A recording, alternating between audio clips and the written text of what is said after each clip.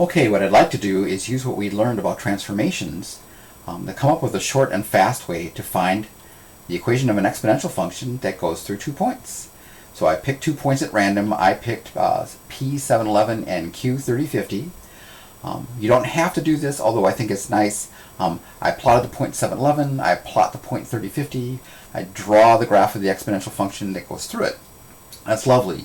The problem is, the only nice, easy way to find equations of exponential functions are the kind that go through 0 something and 1 something, because we can, without breaking a sweat, write down the equation for that. So this is what I'm going to do. I'm going to say this question's too hard, let's make it easier. How might I make it easier? I'm going to take this whole blue graph and I'm going to slide it 7 to the left. Right? When I move this 7 to the left, instead of the point 711, I get the point 011. Instead of the point 3050, I'm going to get the point 2350.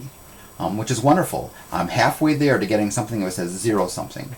Unfortunately, that is not 1 something. That's 23 something. Now what am I going to do? I can't do any more shifting left to right. That'll ruin my 0.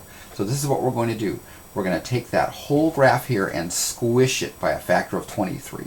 If I do that, the 011 doesn't move, and the 2350 gets 23 times closer to the axis. So now I have my points. I have 011 and I have 150. Which is great. The nice thing about having that,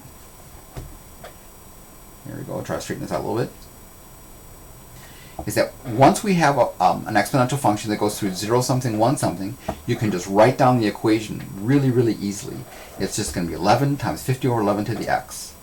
And by the way, this is something we can check really easily. When I put a 0 in for x right there, this turns into 1, so I just get my 11. So the 011 checks. When I plug in when I plug in 1, right? This just turns into 50 over 11. The 11s cancel, and I get my 50. That's great. Now what did I do? I said, this is too hard. I shifted it, I squished it, and got one that was much easier. And so I finally found an equation. But that's not the equation I'm looking for, right? I need to actually go back and get my original function back.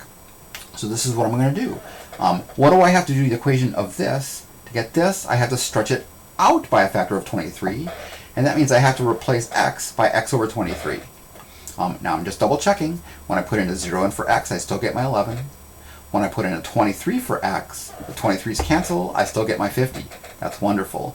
Now what do I have to do? I have to take this red graph and I have to move it 7 to the right to get our original graph. How do you shift something to the right by 7? Replacing x by x minus 7 is exactly what does that. So this should be the right equation. I am going to check. I want to plug in 7. When I plug in 7, this turns into a 0. Anything to 0 is 1. I get my 11. Yay. When I plug in 30, 30 minus 7 is 23. 23 over 23 cancels, get a 1. Now I have 11 over 50 times 11 over 11. 11's cancel, I get my 50. We get exactly the thing we're looking for.